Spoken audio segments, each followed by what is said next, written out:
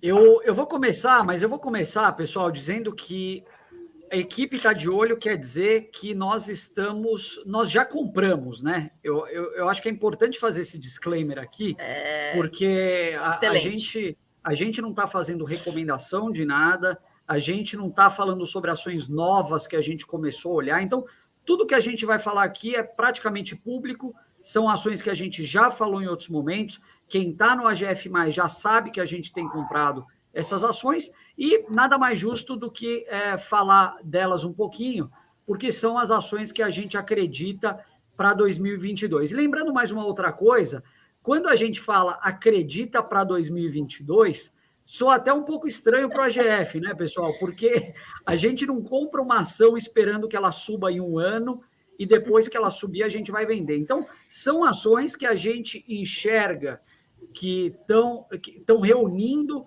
algumas características combinadas a preço que para a gente parecem fazer sentido nesse momento. Bom, dito tudo isso, eu vou começar, e aqui a gente vai falar hoje de 4 ações previdenciárias, que são aquelas da nossa carteira previdenciária, que costumam alimentar o nosso caixa com dividendos, e depois vamos falar de uma oportunidade. Eu vou começar falando de uma previdenciária, que é a Eletrobras. Não é novidade nenhuma para o pessoal que está no AGF+.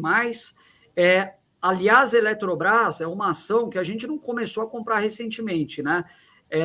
Eu lembro que o gatilho para a gente começar a comprar em Eletrobras foi a saída do CEO, do Wilson Ferreira, que aconteceu, foi no início desse ano. No início Janeiro, fevereiro. Perdi completamente a referência de tempo nesses últimos meses e 2 anos aqui, mas enfim, o Wilson Ferreira saiu da empresa, tinha colocado a casa em ordem, ele saiu para ir para a BR Distribuidora, hoje Vibra, e muita gente viu naquilo lá um problemão enorme, porque ele estava deixando de acreditar na privatização e que a empresa seria muito penalizada. O que a gente viu, na verdade, foi justamente o contrário. Desde que ele saiu, a empresa mostrou que ele deixou a casa totalmente em ordem, as coisas foram avançando e hoje a empresa está cotada num preço que ela estava cotada antes de saber se ela seria privatizada ou não. Então, para fazer uma história longa, curta, Eletrobras é uma que a gente está de olho, apesar de todo esse risco político que está todo mundo falando, que para a gente acaba sendo quase que uma oportunidade, né? Quem que vai pegar a segunda, Fabião ou Lu?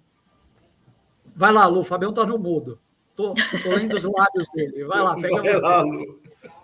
Achei muito boa essa sua ponderação, Fê, porque quando a gente fala, né, de novo, a ação para 2022, parará, estaremos confortáveis, muito provavelmente, com essas mesmas ações daqui a 10 anos, tá? Então, não é só para o ano que vem. E, muito provavelmente, vocês vão ver a gente repetir algumas aqui. Seremos repetitivos.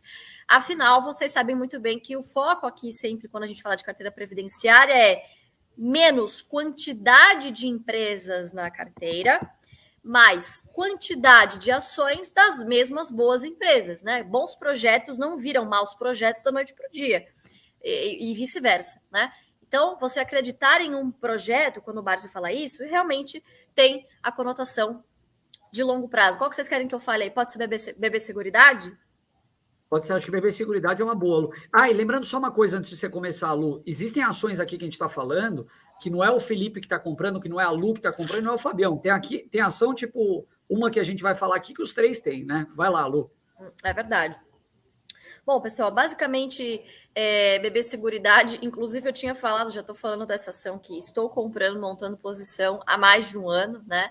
Enfim, as cotações acabaram seguindo, foram inversamente proporcionais aí, obviamente, né? De uma correlação inversa com o IGPM, tá? Porque existe um descasamento financeiro entre passivos e ativos, né? Existe um descasamento, inclusive, temporal dentro do balanço, certo? Então, a companhia teve que fazer sucessivas capitalizações da Brasilprev, ok? Para que ela não fosse chamada lá, enfim, não atingisse lá um limite que ela tinha que ter de capital dentro da empresa. Tá? Então, o que acabou acontecendo? A BB Seguridade, que tem participação, ela é uma subsidiária, né? Fez esse aporte de capital 2 vezes, Consequentemente, o que houve, né? Caiu o payout, ou seja, sobrou menos caixa no final, menos lucro, né, para distribuir no final do ano. O payout acabou caindo aí para casa dos 50% a 65%, né? Se não me engano, não estou lembrada agora de cabeça. E, obviamente, as pessoas fazem conta, né? Sabem fazer conta, e a cotação acabou caindo, dando uma excelente oportunidade. Por quê? O IGPM, logicamente, acabou refreando, né? Como você tem uma grande influência ali do mix da carteira, influenciada pelo dólar, você teve aí o IGPM que agora está desacelerando, né? Alguns meses, inclusive, deste ano, deste segundo semestre, esteve negativo. E você tem, por outro lado, agora o IPCA aumentando, né? Onde a gente tem boa parte dos ativos sendo corrigidos por esse índice. Então, agora é a hora que inverte, né? Teoricamente, todo esse efeito negativo na parte de resultados financeiros se reverte e agora vem positivo. Tá? Terceiro tri a gente ainda não conseguiu ver isso, ainda uma sinistralidade refletindo o Covid, uma sinistralidade refletindo ali na parte rural, que a gente teve uma quebra de safra muito grande ali em julho, mas já mostrando sinais de boa recuperação, principalmente comercial. A BB Seguridade vende seguros, e seguros você vende mais caro quando tudo parece que está colapsando, certo? Muitos contratos sendo renovados, enfim. Então, comercialmente, né, em número de prêmios emitidos, foi mais um trimestre muito forte. Então, próximo tri, né, a gente já deve ver, quarto tri no ano que vem, a gente já deve ver aí resultados mais fortes. E já estamos posicionados, eu particularmente já estou posicionada, não sei se o Fê e o Fabião têm, eu acho que o Fabião tinha e acabou trocando, né, Fabião? Já tive, mas não tenho.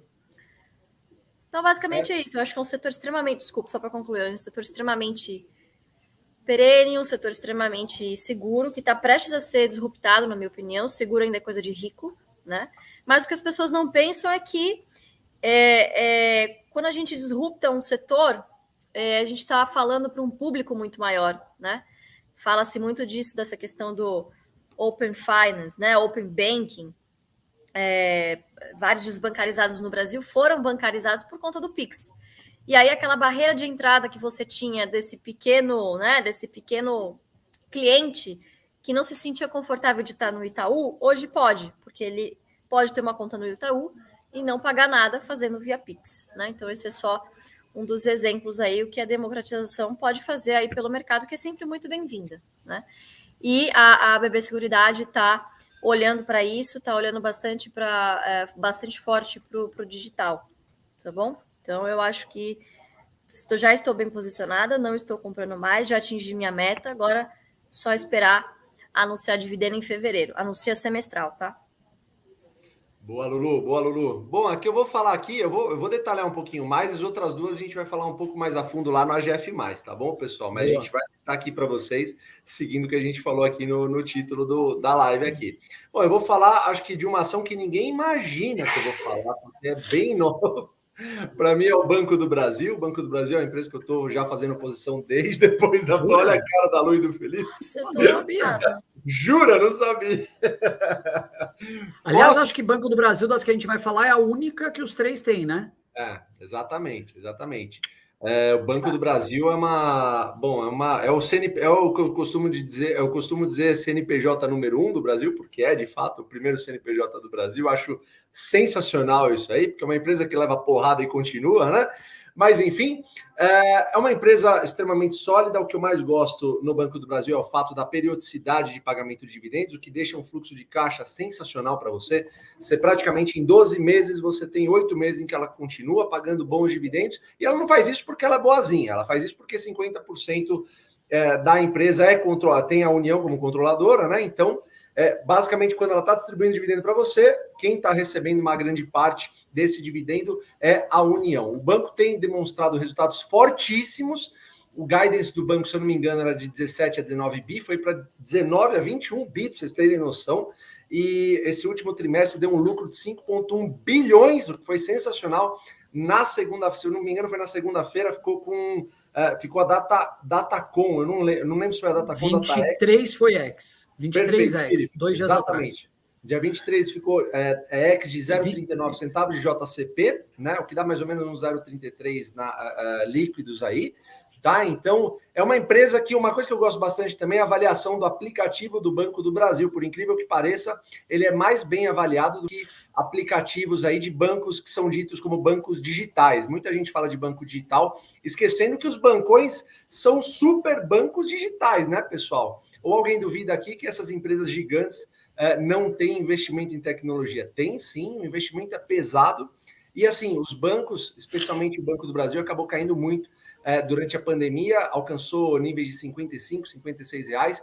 Hoje está valendo por volta dos... Hoje subiu bastante, eu nem dei uma... Subiu uns 5%, não é legal isso. Bom, é legal, mas não é legal isso aí, né? Porque a gente acaba não gostando tanto de comprar quando está subindo, mas enfim, é uma baita empresa. E uma coisa legal é que o valor patrimonial, que é uma métrica que a gente usa para avaliar banco, lembrando que não é uma métrica que se avalia todas as empresas. No caso de banco, valor patrimonial é uma métrica para ser considerada. Hoje está na casa dos R$52, com a empresa valendo cerca de 32. Provavelmente ela deve ter fechado a uns R$32 ainda. Então, eu compro há mais de 2 anos o Banco do Brasil, porque eu acho que está bom. Não é recomendação de compra, você tem que estar confortável com seus ativos. O que cai bem para mim, Felipe, ou para Luiz, pode não cair bem para você, tá bom? Então, é isso que a gente tem a dizer. Agora tem mais 2 ações, a gente vai citar por cima e vamos continuar lá no AGF+. Vocês querem cita aí uma, Felipe, a Lu cita outra? Eu só queria lembrar uma coisa rapidinho, Fabião, que as 3 ações que a gente citou aqui, pessoal,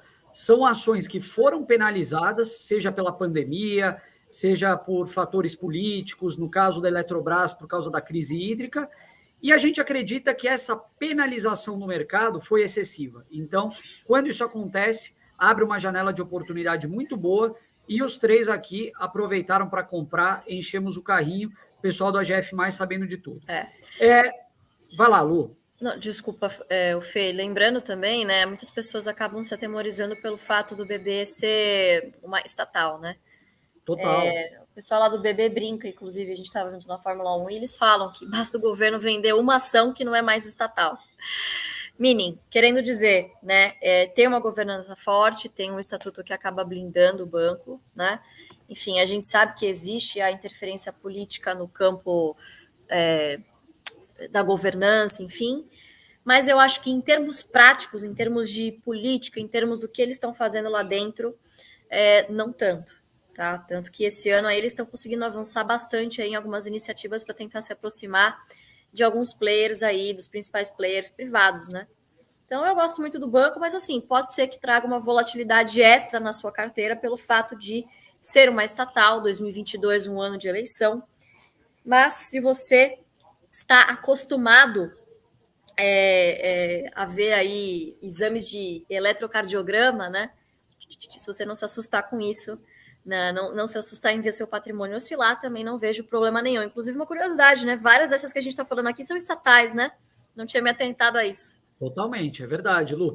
E para fechar com chave de ouro aqui, a gente vai falar mais de 2 empresas, só que essas 2 a gente vai detalhar lá no AGF+.